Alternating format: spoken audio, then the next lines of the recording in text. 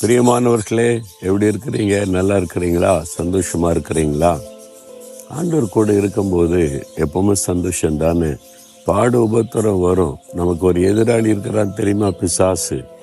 ஆண்டவரே சொல்றால, எதிராளி ஆகிய பிசாசுன்னு சொல்லி நம்மளை எப்பவுமே டிஸ்டர்ப் பண்ணிக்கிட்டே இருப்பான். நம்மளை சோர்ந்து போக பண்ணணும், முடைக்கிறணும், அழிச்சிடணும், தடுக்கணும், ஏதாவது செஞ்சுக்கிட்டே இருப்பான். ஏன்னா கண்ணுக்கு தெரியாத எதிரி. நம்ம நிறைய சமயத்தில் அவனை மறந்துடுறோம். எப்பவுமே நினைவில் கொள்ளணும். ஆண்டவர் எப்போல்லாம் நினைக்கிறோமோ சாத்தானே அப்போ நினைவு கூர்ந்து அவனை எதிர்த்து நம்ம ஜெபிக்கணும். அப்போ தான் நீங்கள் சேஃபாக இருக்க முடியும். அப்போ நம்முடைய எதிராளியை குறித்து சிந்தை இல்லாட்டா நீங்கள் உங்களுடைய வாழ்க்கையில் நிறைய தோல்விகள், ஏமாற்றங்களை சந்திக்க வேண்டியது வந்துடும். ஏன்னா அவன் சில சமயத்தில் எப்படி வருவான்னு தெரியுமா? ஏசாயா 59:19 சத்துரு வெள்ளம் போல எழும்பும்போது, சத்துரு வெள்ளம் போல வரும்போது கர்த்தருடைய ஆவியானவர் அவனுக்கு விரோதமாய் கொடியேற்றுவார். சத்துரு வெள்ளம் பார்த்துருக்கீங்களா? இப்போ பார்த்தீங்களா, இந்தியாவில் சென்னையில் வெள்ளம், தமிழ்நாட்டில் வெள்ளம். அது மாத்திரம் இல்லை, ஜெர்மன் தேசத்தில் வெள்ளம், பட்டணமே மூழ்கி விட்டது. பிரான்ஸ் தேசத்தில் வெள்ளம், அமெரிக்கா கலிபோர்னியாவில் வெள்ளம், உலகத்தில் பல தேசங்களை கலங்க பண்ணிவிட்டது இந்த வெள்ளம். இங்கிலாந்து தேசத்தில் வெள்ளம். நீங்கள் டிவியில் பார்த்துருப்பீங்க, பட்டணமே மூழ்கி விட்டது, கார்கள் எல்லாம் மிதந்துக்கிட்டு போகிறது, அப்படிலாம் வெள்ளம்.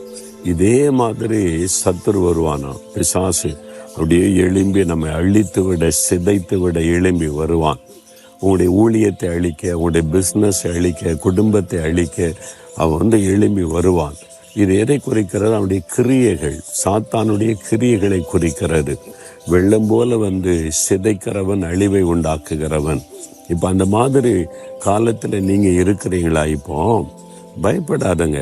அப்போ ஆண்டவரின் வாக்கு கொடுக்கிறார், சத்துரப்படு வெள்ளம் போல எழும்பி அழிக்க வரும்போது ஆவியானவர் அவனுக்கு விரோதமாய் கொடியேற்றுவார்.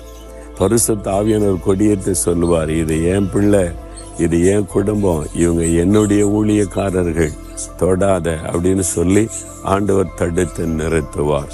இந்த வெள்ள காலத்தில் நான் சில இடங்களுக்கெல்லாம் போய் மக்களுக்கு உதவி செய்ய நான் போனேன். நிறைய அழிவுகள், பாதிப்புகள், அதையெல்லாம் பார்த்தேன். ஒரு கிராமத்துக்கு போயிருந்தேன். அங்கே வெள்ளம் ஆறு உடைத்து, அதாவது ஆற்று தண்ணீர் எல்லாம் அந்த கிராமத்தின் வெளியாய் பாய்ந்தது. அப்போ யோசிப்பாரு, பெரிய ஒரு ஆறு உடைத்து வந்தாக்கி அவ்வளோ வீடுகள்லாம் சிதைந்து கிடக்கு, இடிந்து கிடக்கு, பாதிக்கப்பட்டு கிடக்குது.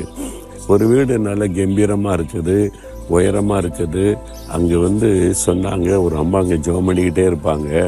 அவங்க ஜெபம் பண்ணிக்கிட்டு இருந்ததுனால எங்கள் ஊரில் வெள்ளம் இந்த அளவுக்கு ஊர் உயிர் சேதம் கூட இல்லைன்னு சொல்லி கிறிஸ்தவர் எல்லாரும் கூட சாட்சி கொடுத்தாங்க. என்ன நடந்தது? வெள்ளம் வந்தது, தேவனுடைய பாதுகாப்பு அங்கே உண்டாயிற்று. எதனால? ஒருவர் ஜெபித்ததுனால. அதனால தான் பாருங்க, இங்கே எழுதி வச்சிருக்கிறோம், விழித்திருந்து ஜெபம் பண்ணுங்கள். நீங்கள் ஜெபிக்கும் போது ஆவியானவர் உங்களை பாதுகாக்க இறங்கி வருவார். அதனால சத்துரு மோதும் போது, வெள்ளம் போல எழும்பி அழிக்க பிரயாசப்படும் போது சோர்ந்து போய் முடங்கிடக்கூடாது. விழித்திருந்து ஜெபிக்கணும். இயேசுவின் நாமத்தை சொல்லி ஜெபிக்கணும். சாத்தானை எதிர்த்து ஜெபிக்கணும். என் கர்த்தர் எங்களோடு இருக்கிறார், நீ எங்களை சேதப்படுத்த முடியாது, இயேசுவின் நாமத்தில் உன்னை எதிர்க்கிறோன்னு சொல்லி விழித்திருந்து ஜெபிச்சிங்கன்னு வைங்க, பரிசுத்த ஆவியானவர் இறங்குவார். அவ்வளவுதான், சாத்தான் நடுங்கி போவான், அவருடைய கிரியைகள் அழிக்கப்பட்டு விடும். பரிசுத்த ஆவியானவர் தான் சாத்தானின் மீது ஜெயம் கொடுக்க முடியும், உங்களை பாதுகாக்க முடியும்.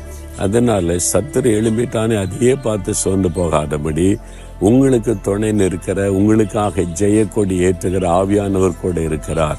அதை நினைத்து துதித்து ஆவில நிரம்பி ஜெபம் பண்ணி பாருங்க, அந்த பிசாசின் கிரியைகள் அழிக்கப்பட்டு விடும். ஒரே ஒரு தாயார் முழங்கால் என்று ஜெபித்த ஜெபம் ஒரு ஊரையே அழிவுக்கு விலக்கி பாதுகாத்ததை நான் கண்கூடாக பார்த்தேன். அப்படின்னா நீங்க முழங்கால் போட்டு ஜெபிச்சிங்கன்னா எந்த சேதமும் வராதபடி கர்த்தர் பாதுகாப்பார். அப்படியே ஜெபிக்கிறீங்களா? ஆண்டவர்கிட்ட சொல்லுங்க, ஆண்டவரே, இந்த சத்துரு வெள்ளம் போல வருகிறான், ஆனால் ஆவியானவர் எனக்காக கொடியேற்றம். ஜெபம் பண்ணுங்க. தகப்பனே, எங்களுக்கு விரோதமாய் சத்துரு வெள்ளம் போல எழும்புகிறான், எங்களை அழிக்க, எங்களை சோர்ந்து போக பண்ண, எங்களை சேதம் உண்டாக்க, எங்களுடைய வாழ்க்கையை சிதைக்க போராடுகிறான். இப்பொழுது ஆவியானவர் இறங்குவீராக. ஆவியானவர் அவனுக்கு விரோதமாய் கொடியேற்றுவீராக. உம்முடைய வாக்குத்தத்தம் எங்களுடைய வாழ்க்கையில நிறைவேறட்டும். இந்த மகனுக்காய் மகளுக்காய் ஆவியானவர் கொடியேற்றி ஜெயம் கொடுத்த நடத்தும். இயேசுவின் நாமத்தில் ஜெபிக்கிறோம் பிதாவே. ஆமேன், ஆமேன்.